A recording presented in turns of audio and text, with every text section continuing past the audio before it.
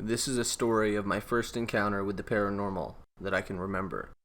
I was about 8 or 9 years old playing with my little cousins at their parents' house during a family gathering. Behind their house is a large forest located in northeast Florida. My cousins, their neighbor, and I were playing hide and seek in the forest, and the only rule their parents had was to stay within sight of the house. Of course, we didn't listen. I was getting bored of the game and wanted to do some exploring.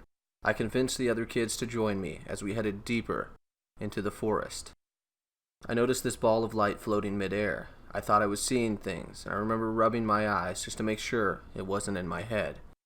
I asked my cousins if they saw it too, and when I pointed it out, they confirmed it was there.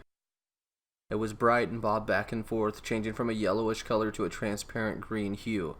We followed it for I can't remember how long, but we reached a small cabin and the orb disappeared. It was dusk at this point, and curiosity got the best of me. My cousins and the neighbor kid were too scared to go up to it, but I peeked inside the window. I saw a dim light inside, through another window, and what I thought was a human skull sitting on a table next to some jars. Then a shadow from within moved across the far wall. I got chills and signaled the other kids to run back the way we'd came, and I took off immediately behind them. We ran as fast as we could and didn't stop until we were inside the house and had the door locked behind us. I remember getting in trouble because our parents couldn't see us from the kitchen window. I didn't tell my mom or anyone else what I saw because I didn't want to scare my cousins or worry our parents. To be frank, I'm not sure if even what I think I saw was actually there. Later that night, I woke up to the sounds of helicopters and dogs barking outside. It was well past midnight, and I asked my mom, who was standing in the kitchen with the rest of the adults that stayed over after the party, what was going on. They all had their eyes glued to whatever was happening in the backyard through the kitchen window. She said they found a body of a woman in the forest and a cabin where her killer was staying, and there was a manhunt going on.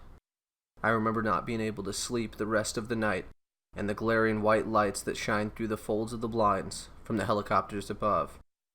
I'm still not sure what that orb was. Maybe it was the spirit of the woman who was trying to lead someone to her killer.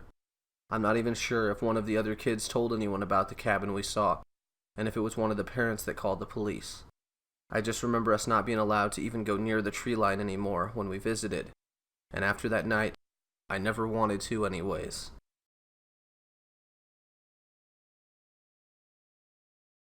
Hey scaredy cats, thanks for watching. Feel free to subscribe and hit the notification bell so that you'll never miss out on any of the stories. If you have any stories that you'd like for me to read, you can find the links for submissions in the description below.